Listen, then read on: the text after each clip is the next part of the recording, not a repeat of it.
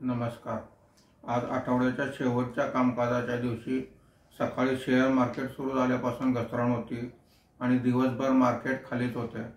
आज market संपताना Sensex हा 721 पॉईंटने घसरून 79,223 वर बंद झालेला आहे। निफ्टी हा 184 पॉईंटने घसरून 24,005 वर बंद झालेला आहे। आजच्या कामकाजामध्ये BSE oil and gas index 1.49%, BSE energy index 1.10% वर आहेत। बीएसई आयटी इंडेक्स सर्वात जास्त म्हणजे 1.31% खाली आहे। बीएसई मिड कॅप इंडेक्स 0.33% आणि बीएसई स्मॉल कॅप इंडेक्स 0.02% खाली आहेत।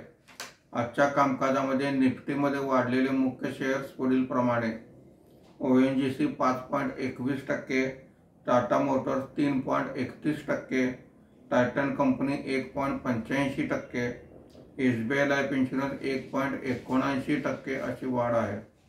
आज निफ्टीमध्ये घसरलेले मुख्य शेअर्स पुढील प्रमाणे आहेत: Wipro 3.08%, HDFC bank 2.48%, tech Mahindra 2.17%, Adani port 2.16% अशी घसरण आहे।